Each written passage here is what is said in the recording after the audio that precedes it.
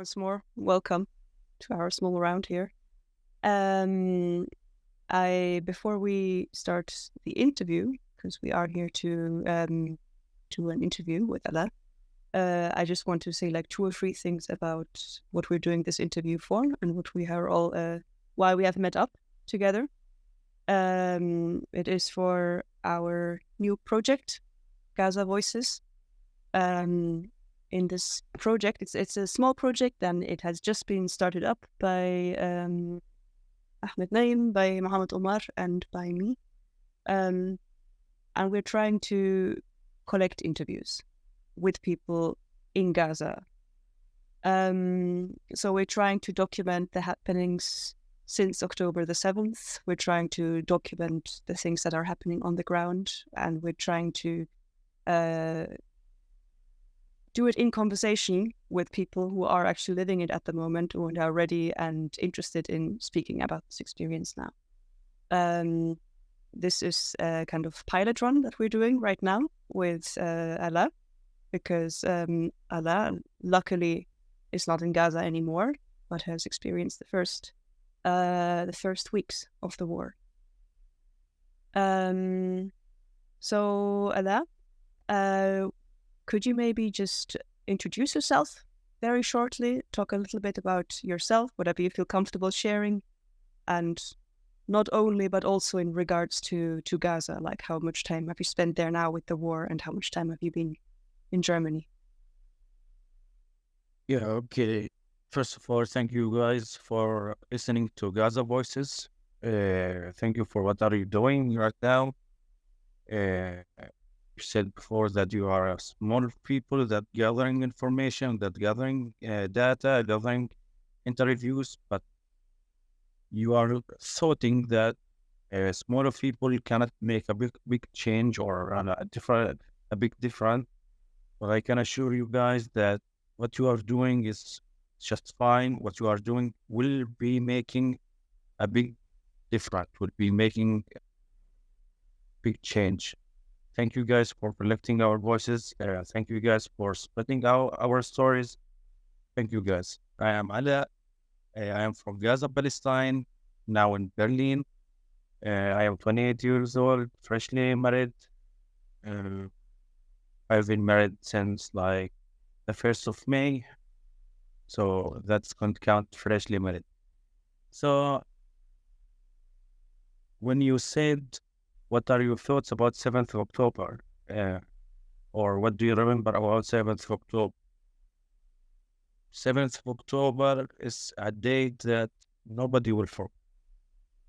It's a date that changed not just my life or just my family's life, changed like 2.3 million citizen life. 7th of October, I saw a writing on Facebook just said, we just slept in 6th of October 2032, and we woke up in 1948. So 7th of October just changed our life. But unfortunately, it changed our life in like a worse way. Changed our life in like bad way. Very. On 7th of October, what I remember, like I just woke up with the sounds of the heavy rockets going around here and there. I woke up like spooked. What's going on? Just like the situation from like 2 years before, it just seems like it will be nowhere and no war anytime. Seems like nothing will happen in the next 2 to 5 years. The atmosphere was clear. Nothing will go wrong. So we just will be assured. We woke up. My father called me. He said like, this war will be different. And this war will take so much time. My dad works in institute that interested in like politics, interested like in Middle East atmosphere, Middle East politics. For the first hour, he can see between the lights that this war will not be like any war before. So, like as every Gazan citizen in every war, we prepare our bags. We take our most valuable things like money, money you had saved in the house, some gold for your wife, mother, any gold you have in your home, your important papers, your passports, and a bit of clothes in a bag, and make it on the door. So if anything's happened, you can just take your bag and just run away to evacuate to any place. And of course, like any war, I went to supermarkets, I went to bakery, so I can provide my home with the essentials item that I can use during the war if the war continues. The first day went badly, not bad enough, but it went badly. The second day, it went okay. There's a big tower behind us called Palestine Tower. It's about 16th floor, from 13th to 16th floor. I can't remember exactly. They just bombed it and attacked it on the second day. So it went collapse. It went by air and collapsed. On the third day, the action started in my life. Actually, the UN organizations shared across social media a map that was on 10th of October, showing the areas that will be bombed and attacked today, from which time to which time. So, for example, they said that like Al-Rimal area, it will be bombed from 5 o'clock till 10 p.m. So be aware, anyone in this blockade must evacuate this blockade because we don't want to get you harmed, so evacuate. I took this map and looked carefully so I can decide whether I can evacuate from my area or not. So after I looked carefully, I saw that my house or my apartment, my entire building, it's far away from the map, and I am in the safe zone, so I don't have to evacuate. To be more assured, I called my father. He said, like, no, don't worry, just stay in your home, and also maybe we will come to your home and evacuate in your house. So stay in your house, it's safe. According to the map, it's safe. So, okay. My wife just got scared a little bit from the sounds. So she said, like, look, let's meet the neighbors in the garage in the first floor, so we can all surround each other. I am a little bit scared. I said, okay, let's go. We got our bags and we went down. From the people around, there was like about 30 people there. From them was my sister and her husband, and the family of my sister's husband also were there. We were around 30 to 35 people, all of us surrounding each other. And on 5 p.m., the bombing started around us, and it was like heavily bombing. Our whole blockade and area was bombed. We couldn't get out. We don't know where to get out. We don't know how to get out because the bombs and attacking it is everywhere, and we're everywhere. So we tried to take a sneak peek on the garage enter. It was all collapsed, all stuck with rubbles. So we couldn't get out. So I get out and see the main entrance for the building. It was also like this. It was all stuck with stones, with big stones from around us. So we couldn't get out.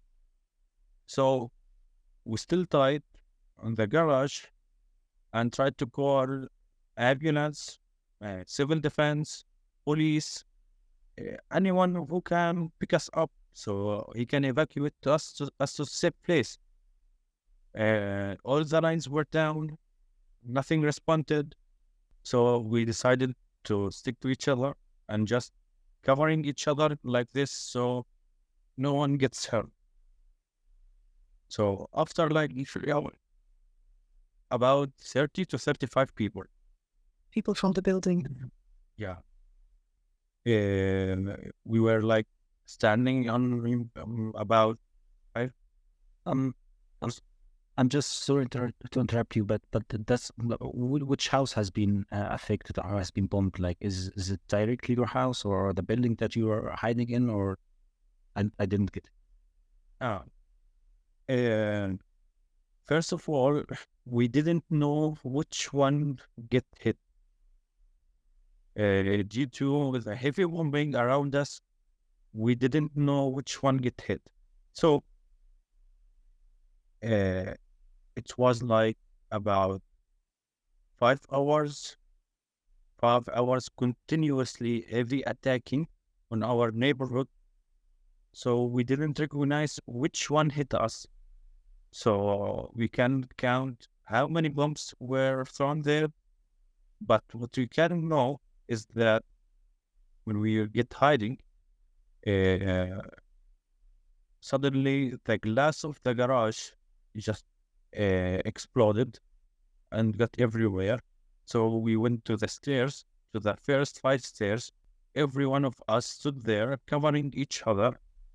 So suddenly, the wall was the wall beside us just collapsed on us, and finally we've got to make a connection with the civil defense, saying to him like, "We want to get out. We are trapped. We are under the rubble." He said like, "I couldn't get to your area. Your area is a red zone." We said like, in the map it called safe zone. He said like, no one targeted the red zone. The actual red zone, what's going on, what was showing in map, the actual hitting is in your zone. I said to him, so what I can do? We need to get out. We are dying. The rebel is above us, and we are covering each other and making a shelter for each other, so no one's died, but we can breathe heavily. We can make connections heavily because there is no connections, and we are like under the ground, so there is no connections. We have to get out. My sister's phone actually, luckily, got a line with one of our neighbors, one of previous neighbors we can't connected to, and he assured us that he knows someone and he will get on his own risk with his bulldozer to our area to just clean our area, to clean the garage and make the rebels out so he can get us out. Call the civil defense and tell him that if there is someone, he will come with his bulldozer so he can get us out. We need the civil defense cars so they can evacuate us to a safe place. So she shouted on me that I've got a connection. Call the civil defense and say to him what he said. I called the civil defense again and said to him that we succeeded to connect to someone with a bulldozer, so come and get us out. He said like, I will see what I can do. I can't give you any promises. The area is too heavily to get in. We need like secure connection and coordination so we can get you out, guys. It was the most difficult 5 hours in my life. And can I, I'm sorry, can I interrupt you and ask you, what did you do as a group during, like, in this 5 hours? And you said like it was at around 5 p.m. they start to just attack the area around you, and suddenly right now you are under rubble, and the area which should be like safe zone, it has been attacked. And I can understand from my experience in Gaza that most of people from the red zone has been just moved to the area where you are. I'm just asking right now. I'm not sure. And it's been like there is a lot of people actually in the area where you are right now. But how was? Can you just describe how was this 5 hours under rubble? What was your feelings? What was the small talks that you were talking about, and how did you just manage? There is nothing to say actually, because this 5 hours was filled with screaming, full of yelling to each other just to calm down, full like saying Al Shahadatain. Ahmed, we were going to die. Actually, there is a saying that when you're facing death, all your memories, all your life events just come around just like there in a second. I experienced 2 times in this situation. One when the gypsum board and designs like designs from the ceiling just collapsed on us, and the second one when the wall collapsed on us. There were a minute or two that I said that this is the point. There's no way out. I'm going to die. No one will get us. I'm going to die. It was hard feelings. We had children with us. We had 4 children with us. The group of age was about, for the children, from newborn children about 3 months to 8 or 9 years old. So you have to calm down the children, you have to calm down the women there, you have to calm down the elders. We had that's my neighborhood.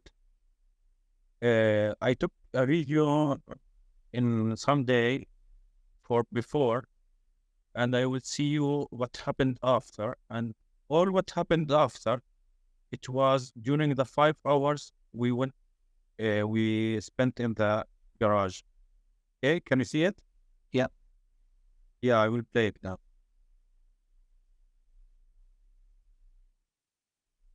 So that's my neighborhood.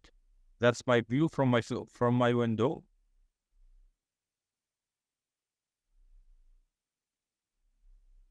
And now is for laughter.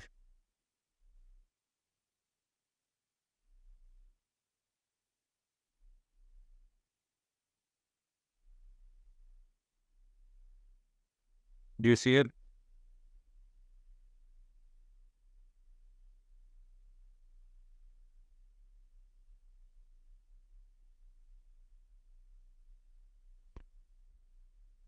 That's from the same window. Because we had a preparation talk already a few days ago.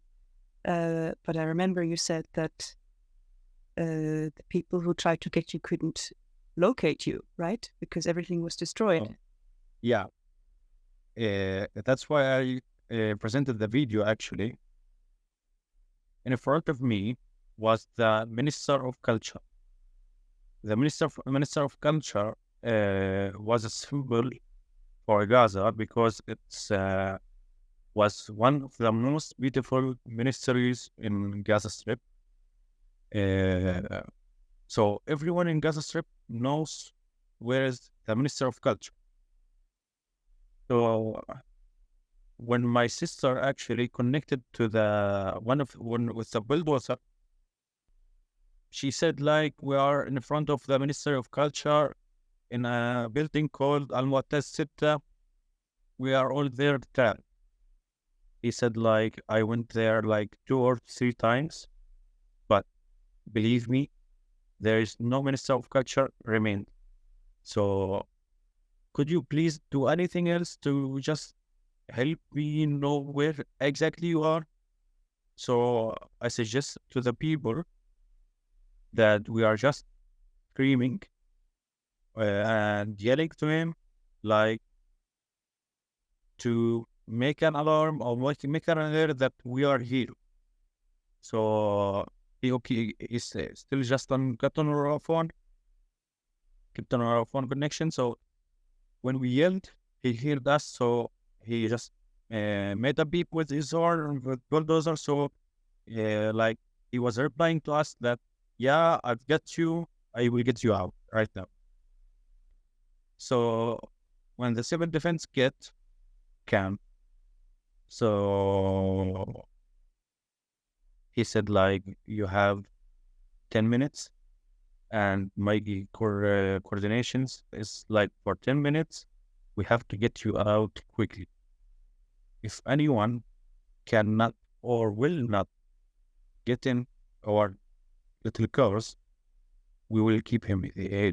So the coordination for us is like for just 10 minutes. We all get in these cars. Didn't know what happened there because it was really dark, no electricity to see anything. We just get in the cars and he put us in Al Shifa hospital. So we can decide where to go. It's our on. After it, I went to my wife's cousin's home. We get there. We spent like for 4 nights with 5 days, 4 nights, and then the helicopter and the IDF announced that we have all to get to southern Gaza, have to evacuate from Gaza and the north to the south. Can you just elaborate a little bit? They announced per helicopter, you say? Yeah, the IDF used helicopters with small papers, okay, and just throwing it in the sky of Gaza, so everyone can know, everyone from the targeted area, they can see the announcement and know what will go on, like this. As you know, I'm so sorry, just for to interrupt you, but does the area where you were before they just give you this paper, like you were in a safe zone and they have this information that you have to evacuate, or it was already just dangerous? when I was in my home, you mean, or when I was in my cousin's wife? No, when you have been replaced, like in your cousin's wife. To be honest, there is no place in Gaza called safe zone. We agree on this. Everyone in every place and everywhere in Gaza is like a red zone, a targeted point. Everyone in Gaza is expecting to die in any second. When we were there, we actually was like 1 kilometer near Al Shifa hospital, so it should be safe. No newly maps has come around. No newly announcement work came around. Suddenly, they started on social media, on news, on everywhere. Even this little papers saying that you have to the northern Gaza people and Gaza's people, you have to evacuate to the southern, east, or southern side of Gaza. So we said, like, where we have to go? We don't have any place to go. I am one of the luckiest guy that I have my grandfather's home in Al Nusayrat camp. It's in the middle area of Gaza. So technically it's southern Gaza. My friends, the family I was in, family was hosting me. Uh, Everyone in North Gaza, in Gaza, it's rare to find something like that. It's rare to find a place in southern Gaza. So everyone just turned on his car or his vehicle or even in transportation and got some stuff and went to southern Gaza and seeking for a new place to live in or a new place to just hide in for a little bit. And tomorrow or after tomorrow, in maximum days, like 5 days, he will get back to his home. After that, the idea started for bombing every and each square of northern Gaza. Just start like burn it, attacked it, bomb it, vanishing it from the map. Started to target it billions of the time. But after this evacuation from north to south, they started like with heavily and insanely bombing and attacking everywhere. One of them was my friend. He died for one of this. Actually, my friend he put his family in Rafah. It's in the most southern point in Gaza. He put his family, his wife, his kids, his father and mother in Rafah. But unfortunately, the car wasn't big enough to equip all of the things they needed. So after they get them to Rafah, he said to them like, I want to go back to Gaza and get the other things we left around. I will come back to Rafah, 1 hour max. He said like, okay, take care of yourself, drive safely, be aware of the bombs. He said like, okay. After he went to Gaza, he just equipped all that is needed things, all the necessary remaining things that he had. He couldn't get back to the southern of Gaza because of the heavy bombing. So he called his parents. He said like, don't be afraid. I will come back tomorrow morning when the route will be safe.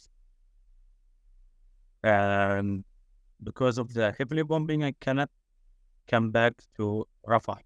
So take care of yourself, guys. I will take care of myself. I will come back tomorrow morning. Tomorrow morning after day, so he started his car and went back to Rafah. While he's driving, someone called him and announced that his father, mother, his wife, his 2 children, a boy and a girl, just got attacked and they all died. He stopped his car. He was like about from just standing there. He was just shouting, I was supposed to be with them. Why did you leave me alone? So nowhere in Gaza were safe. No place in Gaza was safe. East, south, west, north, all these places were a big target. You mean their house was bombed? The house they evacuated too. Yeah. So after that, Sorry, I missed this part. It was in Rafah? Yeah. So the family just left North Gaza to South Gaza, and when they arrived south, they have been killed there. Yeah. I'm so sorry for your Which to make the story short, and they evacuated from the north to the south, and when they arrived there, just suddenly. Just for info, they are just civilians. He's working like he have a small tech company, a 10 guys tech company, and they are developing apps, making websites. The father was a teacher. The mother was a principal of a school. His wife was an housewife. He had two children, one 5 years old, one 8 years old. So none of them was politically or only involving in any kind of the war. They were just civilians. What happened after that is like some calls from the German embassy, between the German embassy in Jerusalem and my father, continued after we went south in Al Nusayrat camp.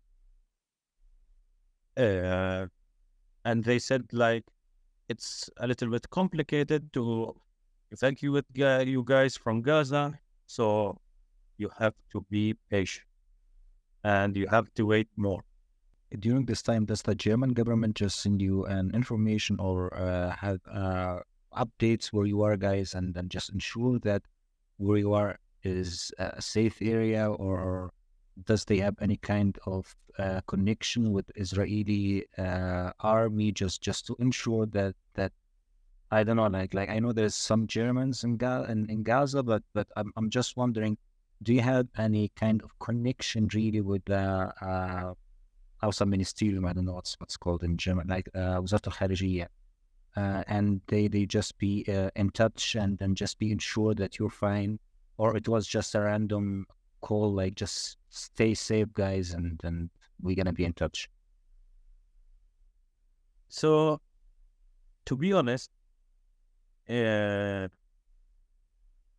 some of like my colleagues, some of like my contacts, some of my friends had a connection with like security focal points, with someone who knows the security focal point in the Israel side, but no one can assure you whether the place you are in is safe or not, the area you are in is safe or not. They targeted schools, they targeted hospitals, they targeted churches, they targeted streets, they targeted buildings, the towers, apartments, houses. They targeted even farms, like even private chalets. So no one, even the one who had connections, no one can assure you 100% that the area or the neighborhood or just the apartment you are living in is safe. When I was in Nusayrat, the neighbors around there wanted to make sure that their neighborhood is clean, that there is no one targeted, is like hiding here and there. So what did they do? They just knocked on every door and asked the house owner that, do you have any people who evacuated to your home? And if you have, from where and what do they do for living? So they can make sure that there is no one targeted is in this neighbor. So they did this, but also they just bombed empty houses. Even a small initiative that made from the neighbors even collapsed because they just bombed everywhere. But the German council actually were just calling us regularly, like day after day, assuring us that they are putting all their efforts to flee us out and evacuate us. But after like 30 days, 35 days, they assured us it will be take more and more. What did we do is just hang up tight, stick with each other, uh, assuring each other that we will be okay, making fake hopes like we will be okay, we will survive, nothing will happen to us. So just sit tight and wait for our evacuation.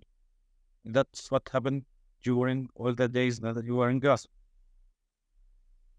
But actually, inside me, there was like a little of question, or there were a question like surrounding my head all the time. Will I survive to the next day? Will I survive to see any one of my friends again? Will my friends, my family, my beloved ones be safe again? So that was the question that surrounding my head every day. After our conversation that we had last week or a few days ago, we thought that maybe we can focus also a little bit on the psychological part and the mental aspect of your situation there and also afterwards. So I was just wondering, in these days, were you in contact with friends who were not in Gaza?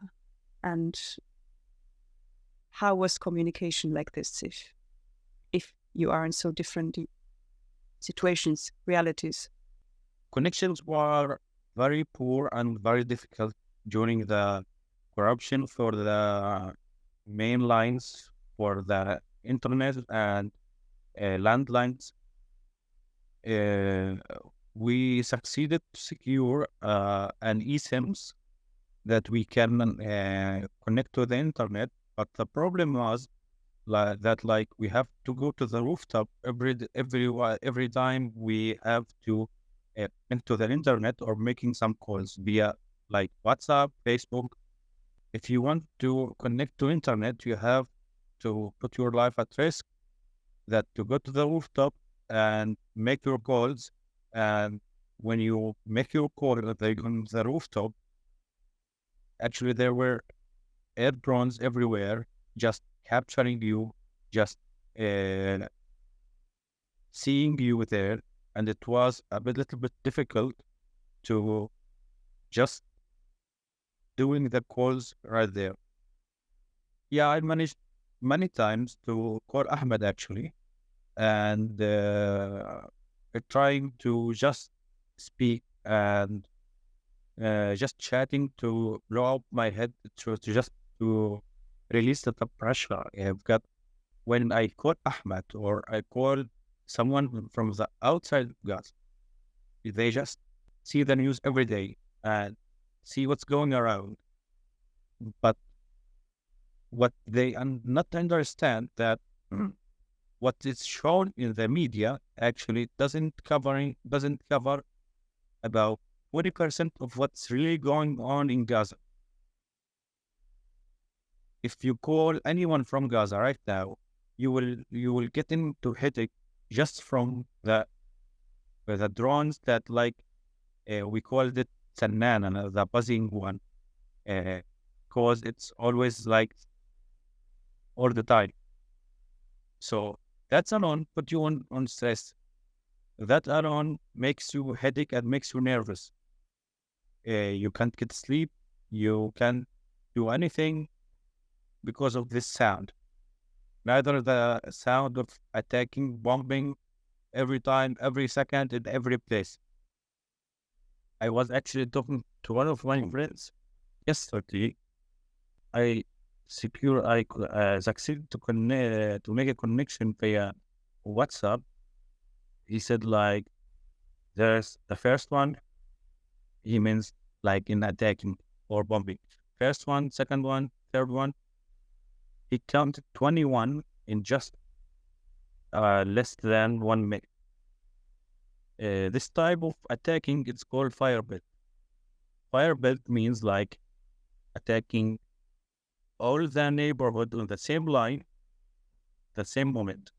They just launch every rocket they have in the same moment just to get all the side in the same time. So I said like, where is this? He said like in the tents. They are bombing the tents. And no one actually covered in the news that they are bombing in the tents. Which area are we talking about? Yeah, Rafah. Rafah. Yeah, Rafah. Okay. Which would be supposed to be the safe place right now. And in the tents where the where the people who evacuated and didn't find a place to evacuate in, they just got a tent to live in. It's a small tent from plastic and wood, and they sleep on the floor. And also the IDF attacked it. No one in Gaza is safe. No one in Gaza lives like a human. No one in Gaza feels like a human.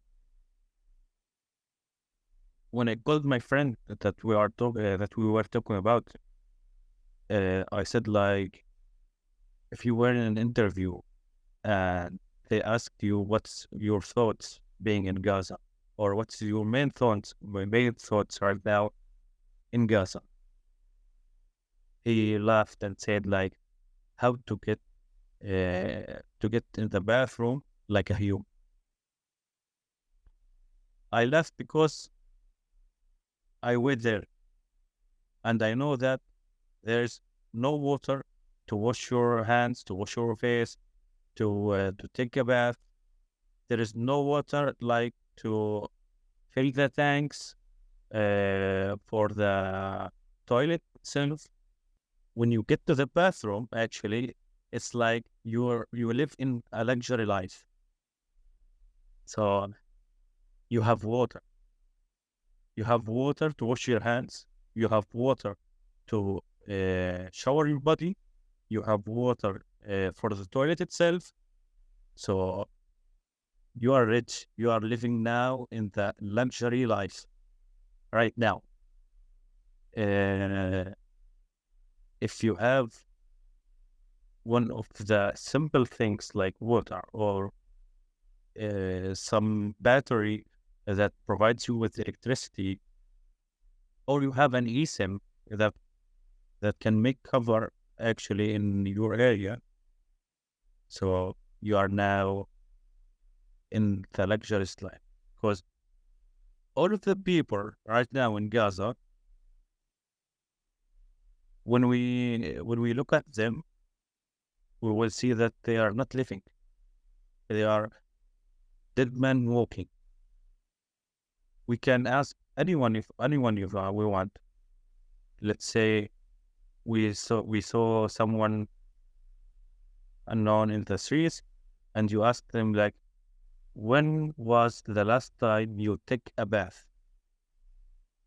He will look at you in like and wondering at a question, because last time he took a good bath was on 6th of October. Right now, nowadays, everyone took a bath or is taking a bath, and we call it a bath or a shower, like every 4 days or every 5 days with 2 cups of water. Everyone right now is taking one meal per day, and it will be like a pack of biscuits if any of the AIDS entered Gaza, or some like if there were some of trees that have oranges or any apple or anything, so they take it, and that is their meal for today. The situation got hard, and every day get more harder.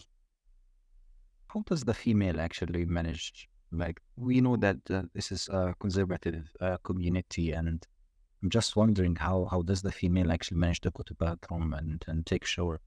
Do you have any information or details about this?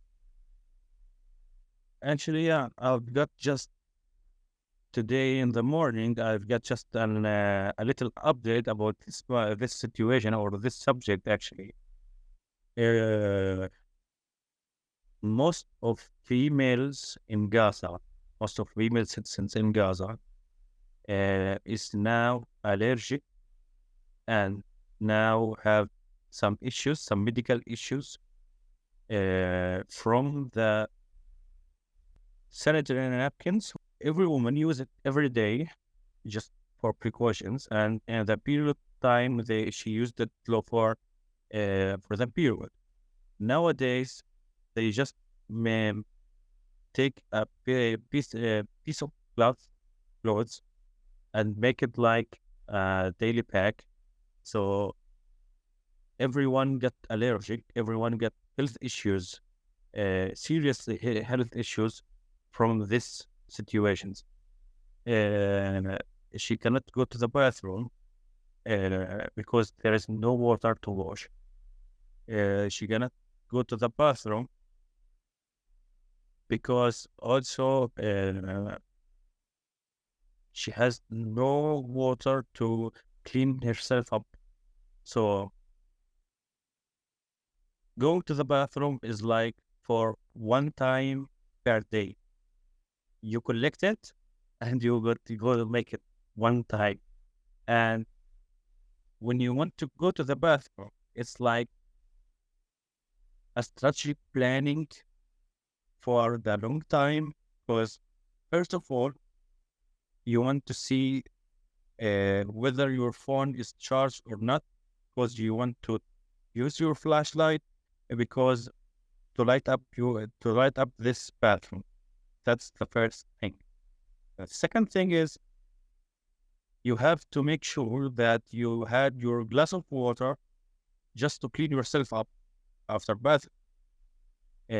Second thing is you have to make sure that the water or the dirty water you use to clean up your clothes, if you succeeded and managed to get some water to clean up your clothes, take it and fill it in the toilet so you can use it to shove the toilet. So it's a complicated mission. Now, normal days, you just go to the bathroom and make your thing, just shove the toilet, clean your hands, go out. But nowadays in Gaza, it's a very complicated thing to do. They just cut it to one time per day. That's the last update I've got tomorrow, this morning.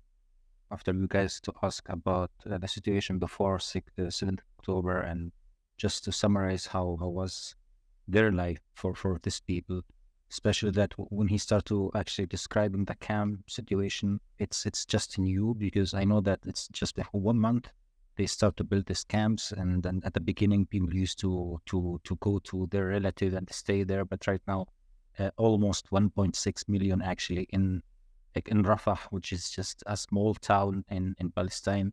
It's like a small, or the smallest town in Berlin, comparing, like, if you're gonna just talk about, it's almost half of Steglitz, from like regarding to the space there. And unfortunately, I know Ada, he didn't just get through this experience, but in the future we're gonna just ask more people who are really there. But just if you guys have any question during this period, you can just go and just ask the question, because afterwards I would love if you can just ask about before that. All right. But like honestly, before we go, I have just a stupid question. You cannot answer if you want, but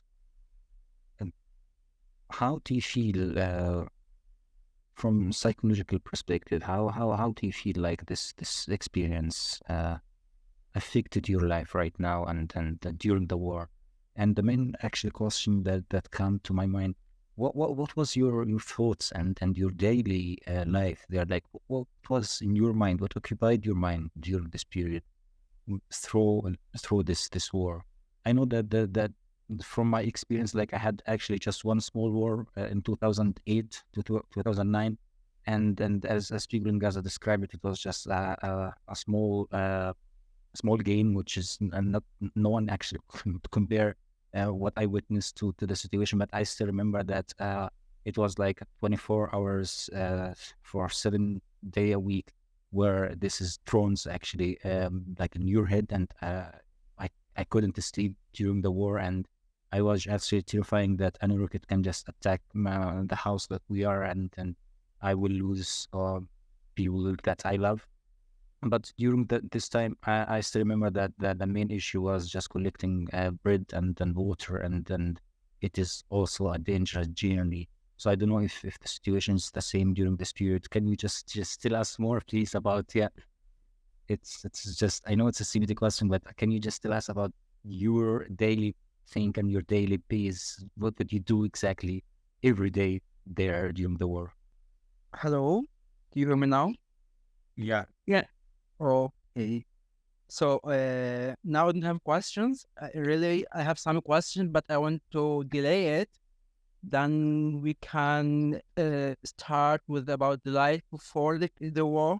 Then after that, I will start to ask about something that related to the journey itself from Gaza to Germany. So now I will try to stay here and here to the other part from the story from Alaa. Yeah. Okay. I will happily tell you the story from Gaza to Berlin after I explain to Ahmed what's the difference between the war at 2008, 2014, 2012, and the war right now. Actually, why I laugh, because every war before was like just a toy, and it's called like escalation, not war. Okay, but today we are facing real war. We are like facing real destruction. We are like just facing uh, real vanishing for everything and everywhere. Uh, Look, like in 2008, 2014, 2012, they just targeted some buildings, they just targeted some targets, and they just gone away. Okay, we finished our mission here, and we are just gonna leave. But today is different because they have no particular target. They have like no back of targets, so they are like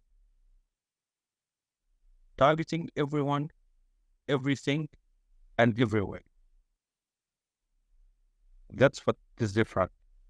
What's different is actually that in every escalation, the connections and landlines, internet, still going on. It's simply going on.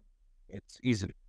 You can know everything. You can see everything. You can know what's happening all around Gaza. But nowadays, in every connection lost, like yesterday was a genocide in Deir al-Balah. They targeted Al Abu Qasim, the family of Abu Qasim. Actually, there was like 30 murders. Yeah, about 30 murders. I can get the specific number. It's rising all the time. And there was a genocide in the tents, in the refugee tents. There was a genocide in Khan Yunis. And there was also what is called like أحمد اللي هو الإعدام المباشر لمجموعة من الناس في غزة. execute some people in front of other groups. Actually, I personally witnessed my friend, and I would love to remember him here and just say that there is some people has been executed in front of their family. And just for the history, my friend Muhammad has been executed in front of his father and his mother, and both of them actually are elderly. And his father just was begging the IDF soldiers just to kill him to finish his life because he can't actually live anymore after he saw or witnessed his only son has been executed in front of his eyes. Yeah, go ahead. Yeah. So every time the connection was interrupted or lost in Gaza, the number of murders like just drunk are insanely increasing. So they use it and benefit from it, that there will be no press, no one to cover what they did. So they just execute. They just hit you. They just bomb everywhere and every time. And actually, my thoughts were in Gaza, like, as I said before, would I survive to the next morning to get some food, to get some water, to make the heavy stuff? My daily routine in Gaza was like waking up at 5, maybe 4 a.m., waking up, going to collect some wood, going to collect some bread if I succeeded. After that, I just waiting to catch anyone with a water truck to just fill out the tanks. Then I get my meal, my only meal I get in this day. Then actually, when when the sun rises and the sun sets, the fear increases more and more, and the fear eats us actually alive, because we don't know that will we wake up again? Will anything happen again? Will we survive to tell our stories, or we will be the story? Will we say that a bombing beside us that happened just before, or it just happened right now? Or will someone else tell that Antar's family, like, for example, just died from an explosion? That is what our main concerns was everything. So it's hard, and it's getting harder and harder. So let me say about my friend, one of my dearest friend. His name is Muhammad. Muhammad was my college and colleague in my work. Muhammad has his wife, was his wife pregnant in the 6th month of her pregnancy. During to the hard situation that he lived in a tent. He thought that when he lived in a tent, it will be more safer, because in tents there are just refugees. No one can bombing or attacking the building he lives in, because someone is here. So he decided to live in a tent, he and his family. So during the hard situation and during the sleeping on the floor with no humanity conditions to sleep in, and his wife had to make an early delivery for his child. And during to the lack of medical staff and the doctors, and during to the lack of equipments, there was a failure or a medical failure in surgery that had to make her bleeding and giving her like 8 units of blood. Yeah. The boy had been delivered and he's like 6 months and he didn't grow up normally. The medical failure also fused to the medical failure caused that they had to make uterus removal to just save their life. The boy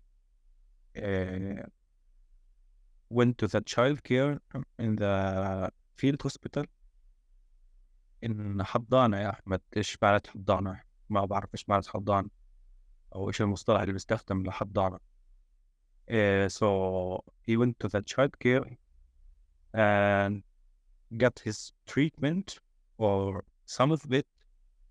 So after that, the doctors, they said like, you can get him out, you can get it in your home. So the child is fine right now. He needs some more attention actually, but you can get him to your home.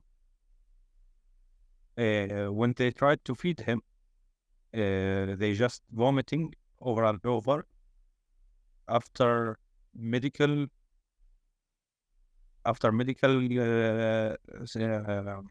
examination, they said like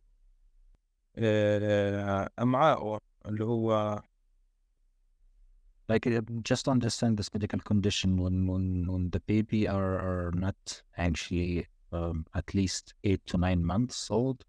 It's been like he's still in the embryology phase, not developed, and usually this infants used should be in an incubator for the rest of the period until their body just grow up. And then, of course, they need supplement and they need an urgent medical support. But during the situation in Gaza, unfortunately, that this is not available anymore, and we are witnessing right now. Just for the history, yesterday they cut off the electricity from Al-Aqsa Hospital, and right now there is I don't know exactly the numbers, but you can just guys research. Until now, there is like infants in incubators, and without electricity, 100% they're gonna just pass away. Due to not growing enough in his mom's body, they had to like cut approximately required the removal of approximately 80 centimeters from his bloods. So that's what he needed so he can live. After they made the surgery, the condition of this infant went down rapidly and he just passed away. So due to lack of medical stuff, lack of medical equipments, lack of incubators, lack of electricity, like Ahmed said. So every day and day, it's going to be harder. All of my friends that are calling right now, they said like, when you left on the middle of the war and day 50, I left on day 55, 7 approximately. They said like, all of this heavy stuff you are saying were just luxury according to what's happening right now. Right now, there is nothing left in supermarkets. There is nothing left in all the markets. There is nothing left, or there is nothing entering Gaza besides some small trucks that come to Gaza like from 5 to 7 or 5 to 10 trucks per day. These trucks actually have some food, have some medical equipments, but it's not enough. It's not enough. In the normal days in Gaza, before 7th October, Gaza was receiving about 500 trucks every day. So nowadays in the war, in the most needed time, they just are delivering maximum in the best days, 20 trucks per day. All the trucks that are entering Gaza are just for Rafah and Khan Yunis. Nothing goes more than this, because all of it will be empty, and the people who are living in the middle area, like Al-Nusayrat, where I was living, or in Gaza or in the North Gaza, they are not receiving or getting anything right now in these days. Regarding to Mohammed's question about my journey from Gaza to Berlin. Actually, my journey started on the second day of the war. The German embassy called my father and said that we have to evacuate you guys from Gaza during this war, and we will make our best to get you out. So we sent our passports. My father, my mother, myself, my wife, my sister, all of us, the 8 of us. We sent our passports and we just wait until the day of maybe like day 30, 32. They responded like, okay, Osama is my father. Okay, Osama, you've got accepted, you and your wife and your little daughter. Anyone else got rejected. So my father was like insane. Like he said, like, no ways. All of us is getting out, or no one is getting out. I will not leave my family here. Day 40 just came. We've got an update from the German council that, okay, your names was accepted, but wait to put it in the list. We will get German citizens before, first of all. Then after we get the German citizens, then we will get you out from Gaza. We will put your names in the list. Yeah, day 54, 55. I can't actually remember the exact day. They just said like, tomorrow will you go travel? But some of you guys got rejected. Let me check and call you back again. The surprising thing is that the one who got us out, my father, got rejected, and my sister's husband also got rejected. But all of us got accepted, and we went to Cairo the next day. My father tried again and again, put his name in the list. He and my sister's husband, and get rejected 3 times. And then he got an information from the German consulate in Jerusalem that it's definitely rejection from the Israeli side, and you can't get out. The problem was that without my father, we cannot go to Germany. Without my father, we cannot go to the German embassy in Cairo and make the procedures. Without my father, we cannot go, cannot do anything. And also the most important thing, that we will never let my father alone in Gaza. So he tried his connections. He tried to make pressure here and there. So after that, he succeeded to put his name on the list. He and Tahir, my sister's husband, and get evacuated from Gaza to Cairo. Then we started our procedures in the German consulate. in the German consulate, we had some issues with like my sister's husband passport because it was expired and he needed a new passport. So there was a bit of complications in some cases. Then we've got accepted and flew to Berlin.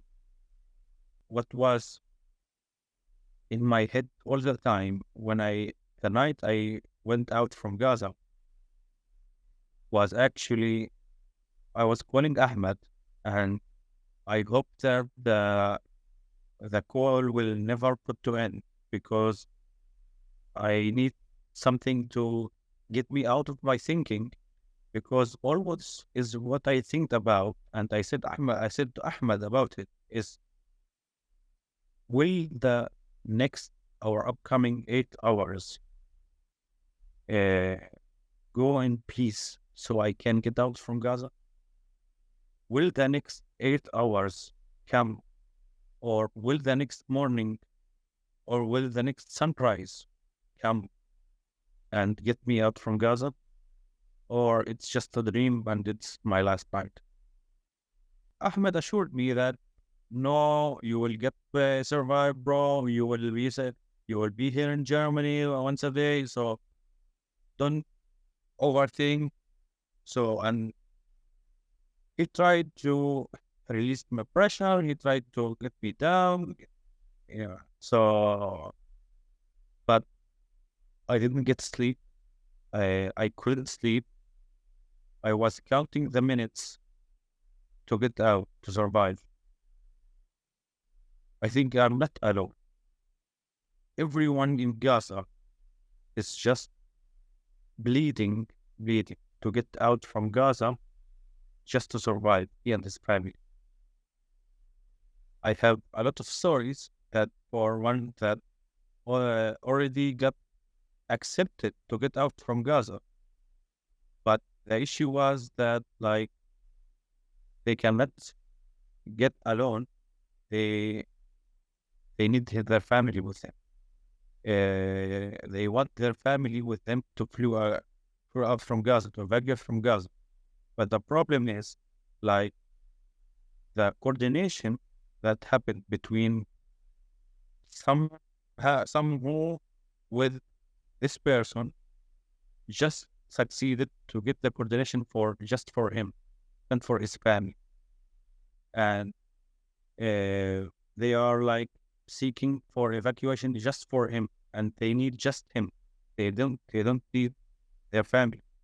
So they rejected over and over, and they stuck in Gaza till now. That's my journey, and that's my thoughts. Thank you very much, Alaa, for all of your for all these sad stories, and thank God that you survived. And we're gonna just mention that our friend Muhammad, he's still right now in Gaza. He's in Rafah, and he's under ongoing war. I have no words, guys. I don't know how to describe your feelings. I don't know what can I say in these situations. But I appreciate your story. I appreciate your time, Alaa, and thank God that you survived. And I hope the next day is gonna be better. I know trauma is a trauma, and everyone's still suffering. And I know that you lose a lot of relatives, especially that the places where you were, as Anders said, like in Sirat, or your aunt and like I don't remember how many family member were there, has been attacked. 29, where you were in Egypt during like waiting your visa process. I'm so sorry for your loss, and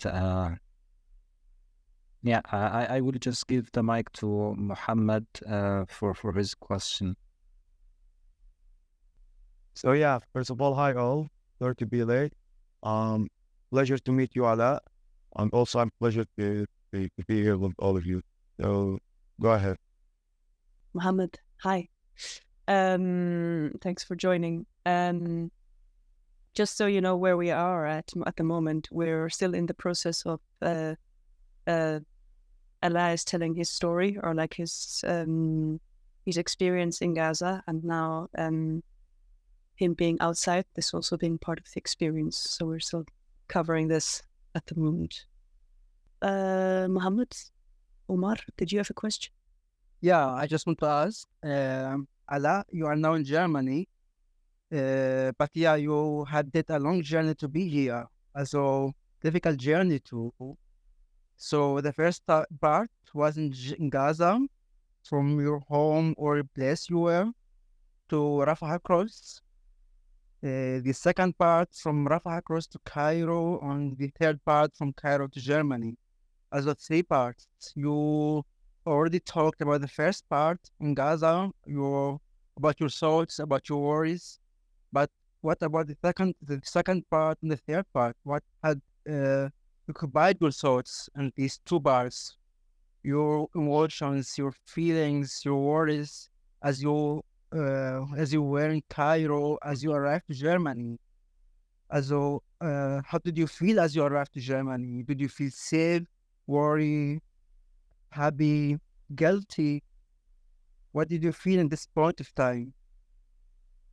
Muhammad, there is an expression called survivor's guilt. Do you know it? Yeah, sure. Yeah. Survivor's guilt mean like a mental condition, okay?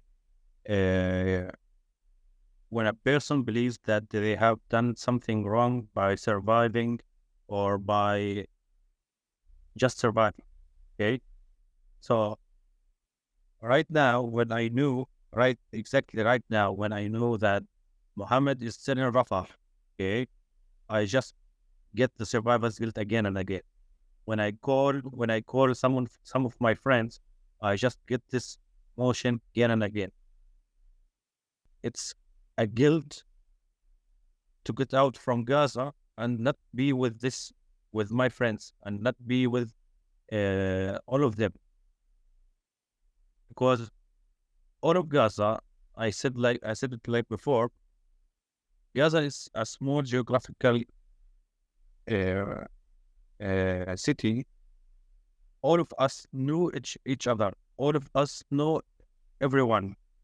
The one from Rafah knows someone from Beit Hanun, and by chance they both know the same person in Gaza. So everyone knows everyone. Okay.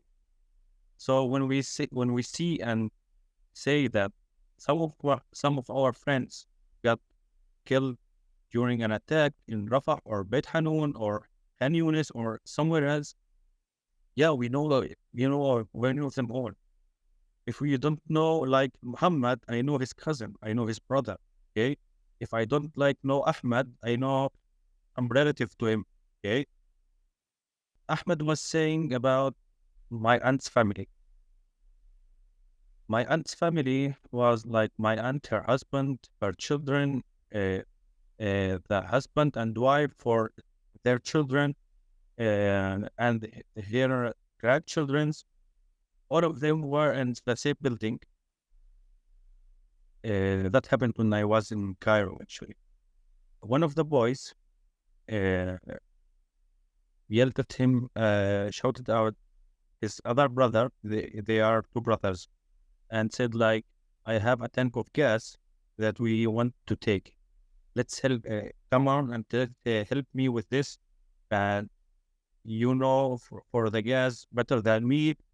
I don't know if it's right or the perfect price or not. So come on and help me with it. They just walked about 200 meters and they heard an explosion. They just left their heads behind and saw that, see each other, and it was their home. Everyone in the house died. Their mother, their father, their sisters, their wives, their children, their nephews, everyone in the home just died. 29 people, and they just left alone. They are in severe trauma till right now. They cannot believe what happened. When they are just standing there and not talking with anyone, they just like crying heavily. They cannot believe what happened till now. All of us in Gaza, maybe Mohammed right now will agree on my say.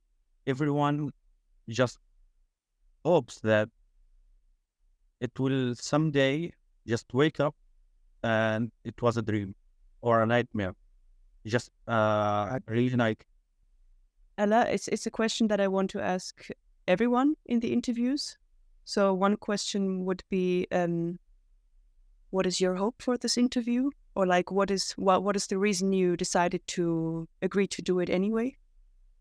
And the second question is a different one. The second one is if you want to promote any GoFundMe link or any NGO that you believe in that has to do with this topic. So 2 questions for you to wrap it up. Okay, first of all, my hope for this interview is like Gaza's sound must be heard. Gazan's people must be here. Gaza's situation must be known, because as me and Mohammed agreed about, like it's not the media and the news are not covering anything right now. Okay, that's why we need to get some voices. We need to get some stories and share it all around the world, because all the world knows like something or some particular parts of the war, what's going right now, okay? But they don't know the whole story. That's why we need to share our stories. We need to share what's really going on right now in Gaza. And what I hope after all is like to end this genocide, to end this a big graveyard, like Muhammad would say.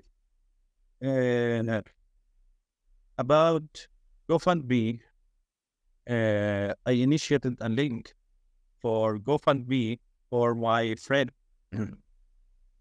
who was talking about just before, Muhammad, who his wife had an early delivery for a baby.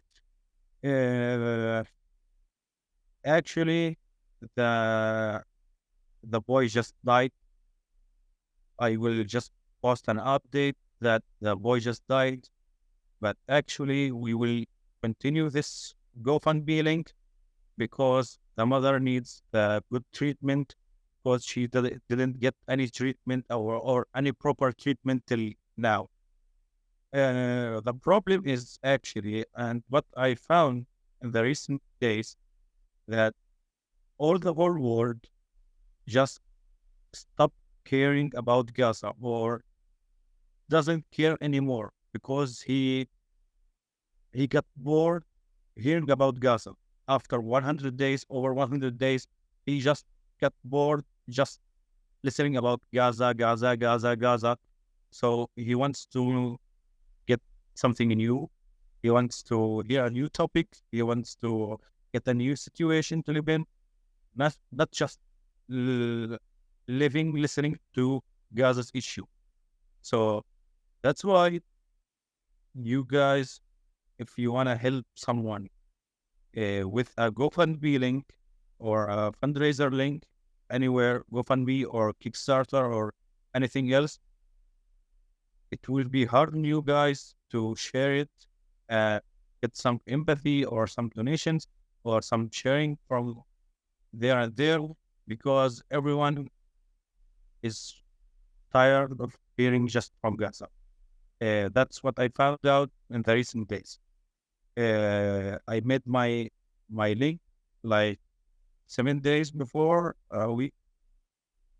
Yeah, from a week till now, I tried hard to share it in all my platforms, in all my friends' platforms. I didn't get nothing. I got some change, considering about the really amount that he needs. Although I specified the amounts or the whole amount, how it will be spent and where it will be go, I've got some change. I didn't get a third of the amount or the even 10% of this amount.